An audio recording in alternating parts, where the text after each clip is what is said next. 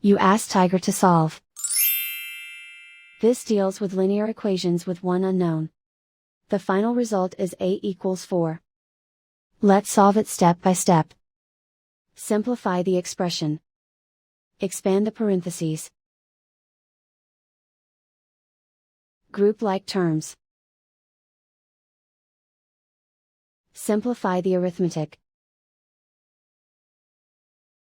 Group all x terms on the left side of the equation. Subtract 6a from both sides. Group like terms. Simplify the arithmetic. Group like terms. Simplify the arithmetic. Group all constants on the right side of the equation. Subtract 11 from both sides. Simplify the arithmetic.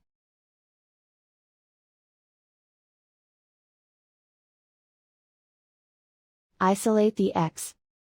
Divide both sides by -3.